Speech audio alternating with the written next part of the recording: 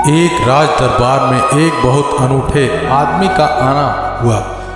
उस आदमी का अनूठापन इस बात में था कि उसने उस सम्राट को कहा, तुम इतनी बड़े पृथ्वी के अकेले मालिक हो, तुमसे बड़ा सम्राट कभी हुआ नहीं, तो यह शोभा नहीं देता कि तुम मनुष्यों जैसे वस्त्र पहनो। मैं तुम्हारे लिए देवताओं के वस्त्र लाकर दे सकता हूँ। देवताओं के वस्त्र ना तो कभी देखे गए और ना कभी सुने गए। राजा के अहंकार को प्रेरणा मिली और उसने कहा, कितना भी खर्च करना पड़े, कोई भी व्यवस्था करनी पड़े, मैं तैयार हूँ, लेकिन देवताओं के वस्त्र मुझे चाहिए।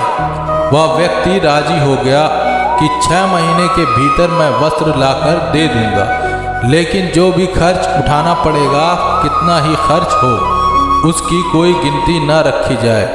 6 महीने के बाद मैं वस्त्र ला दूंगा। राजा राजी हो गया। उसके दरबारियों ने समझा कि यह निरा धोखा है। देवताओं के वस्त्र कहाँ से लाकर दे सकते हैं? यह सिर्फ राजा को लूटने का उपाय है। इसलिए दरबारी कुछ कर भी ना सके। हजारों रुपए प्रतिदिन वह आदमी ले जाने लगा। देवताओं तक पहुँचने की व्यवस्था करनी थी। फिर देवताओं के द्वारपालों को रिश्वत देने की व्यवस्था करनी थी। फिर वस्त्रों के मूल्य चुकाने थे और ऐसे रोज रोज काम निकलने लगे। लेकिन राजा भी हिम्मत कहाँ होगा। 6 महीने तक उस आदमी ने जो भी रुपए मांगे उसे दिए। 6 महीने के आखिरी दिन उसके घर पर सिपाहियों का पहरा लगा दिया। बहुत संभावना थी कि वह आदमी भाग जाए, लेकिन नहीं, राजा गलती में था, उसके दरबारी गलती में थे। वह आदमी भागा नहीं। नियत समय पर वह एक बहुमूल्य पेटी को लेकर राज दरबार में उपस्थित हो गया। सारे गांव के लोग इकट्ठे हो गए थे। राज दरबार में बड़ी चहल पहल थी। हर आदमी उत्सुक था। वस्त्र ले आने पर देवताओं के वस्त्र पृथ्वी पर पहली दफा आए थे। उसने जाकर बीच दरबार में अपनी पेटी रख दी। पेटी का ताला खोला गया और राजा से कहा, आप आगे आइए और अपने वस्त्र उतार दीजिए। मैं देवताओं के वस्त्र देता हूँ, इन्हें पहन लीजिए। लेकिन एक बात मैं बता दूँ, देवताओं ने कहा है कि ये वस्त्र केवल उन्हीं लोगों को दिखाई पड़ेंगे जो अपने ही बाप से पैदा हुए हों। ये वस्त्र सभी को दिखाई पड़ने वाले नहीं। ये कोई सामान्य वस्त्र नहीं। तो जो अपने ही पिता से पैदा हुए हैं, उनको ये दिखाई पड़ेंगे।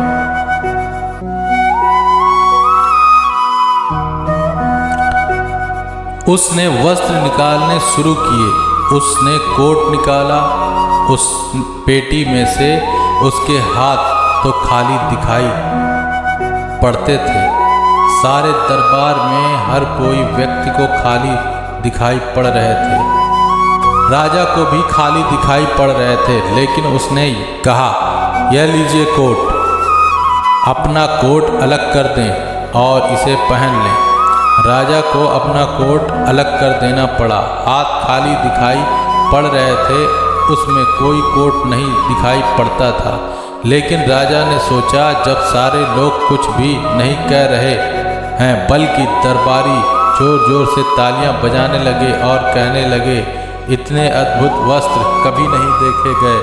प्रत्येक को मालूम पड़ रहा था वस्त्र नहीं है, लेकिन कौन कौन यह कहलवाए कि वह अपने पिता से पैदा नहीं है। यह भय फिर भीतर काम करने लगा। और जब सब लोगों को दिखाई पड़ रहे हों, तो मैं क्यों उलझन में पड़ूं? राजा ने सोचा। या आप क्यों उलझन में पड़े, या कोई भी क्यों उलझन में पड़े। प्रत्येक ने यही सोचा। किसी को भी वस्त्र दिखाई नहीं पड़ रहे थे। लेकिन उस दरबार में तालियां गूंजने लगी और वस्त्रों की प्रशंसा होने लगी। और प्रत्येक व्यक्ति दूसरे पड़ोसी से तेजी से प्रशंसा करने लगा, ताकि यह तय हो जाए कि वह अपने ही पिता का पुत्र है। राजा को भी मजबूरी थी, वह भी हंसा और उसने उस कोट की प्रशंसा की जो कहीं था ही नहीं। उसने अपना कोट उतार दिया और वह कोट पहन लिया, लेकिन राजा को पता न था कि बात और आगे बढ़ेगी। राजा का कमीज भी उतरवा लिया गया और झूठा कमीज उसे निकाल कर दिया गया और फिर उसे भी पहनना पड़ा। बात शुरू हो गई थी और अब बीच में इनकार करना कठिन था। धीरे धीरे राजा के सारे वस्त्र उतर गए, वह नग्न खड़ा हो गया। सारा दरबार देख रहा था कि नंगा खड़ा है। राजा देख रहा था कि वह नंगा खड़ा है, लेकिन सारे दरबारी ताली बजा रहे थे और वह वस्त्रों की प्रशंसा कर रहे थे और वह राजा भी मुस्कुरा रहा था। उसके प्राणों पर अब बनी थी, वह नग्न खड़ा था, लेकिन यह बात कही नहीं जा सकती। भय काम कर रहा था अपने हाथों में, अपने पिता पर संदेह, अपनी बेइज्जती और अपमान, और इन सारे लोगों के सामने, अपने ही नौकरों चाकरों के सामने। और जब के सारे लोग तालियां बजा रहे थे, उस आदमी ने जो यह वस्त्र लाया था कहा, पृथ्वी पर पहली बार देवताओं के वस्त्र आए हैं और पहली बार किसी मनुष्य को यह सौभाग्य मिला है। इसलिए उचित है कि आपका जुलूस निकालना जाए, पूरे राजधानी के लोग, ताकि देख लें कि वस्त्रों को। वह नग्न राजा बहुत घबराया, लेकिन मजबूरी थी, उसे राजी हो जाना पड़ा और उसे नंगे राजा को जुलूस उस दिन उस राजधानी में निकाला और नगर में हर आदमी ने ताली बजाई और कहा कि ये वस्त्र बहुत सुंदर हैं, ऐसे वस्त्र कभी देखे नहीं गए, धन्य है हमारा राजा। और हर आदमी जानता था कि वह राजा नंगा है, लेकिन किसी आदमी में कहने का यह साहस नहीं था कि राजा नंगा है और वस्त्र नहीं है। कौन इसे कहता, कौन इस बात को अपने ऊपर लेता, कौन इस जिम्मेदारी में पड़ता। सभी भयभीत थे और जो भयभीत है उससे कुछ भी मनवाया जा सकता है।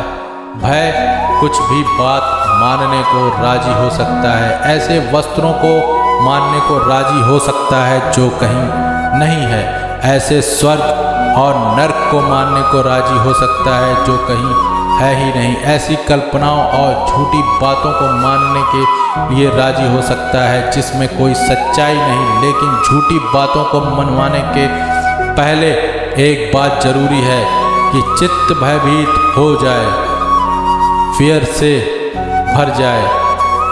यह कहानी मैं इसलिए कह रहा हूँ कि ज़मीन पर मनुष्यों ने बहुत सी ऐसी बातें मान रखी हैं जिसमें मानने में भय के अतिरिक्त और कोई कारण नहीं। और उस राजधानी में जिन लोगों ने उन वस्त्रों की तारीफ की थी, आप अपने को उन वस्त्रों, उन लोगों से भिन्न मत समझ लेना। आपने भी बहुत से ऐसे वस्त्रों की तारीफ की हैं जिनका कोई अस्तित्व नहीं और आपको दिखाई भी पड़ नहीं पड़ता, लेकिन आपके पड़ोसी तारीफ कर रहे होते हैं और अब आप इतना साहस नहीं जुटा पाते कि भीड़ से अलग हो जाएं। भीड़ बहुत बड़ी कमजोरी बन जाती है। भय और भीड़ और चारों तरफ एक ऐसी ही बात को कहते हुए लोग, फिर इतना साहस जुटा पाना मुश्किल हो जाता है कि आप अकेले खड़े हो जाएं और कह दें कि ये वस्त्र झूठे हैं और राजा नंगा है। दोस्तों, यह कहानी कैसी लगी होगी आपको कमेंट में ज़रूर बताइए। वीडियो अच्छी लगी तो लाइक कीजिए और कमेंट कीजिए। यह कहानी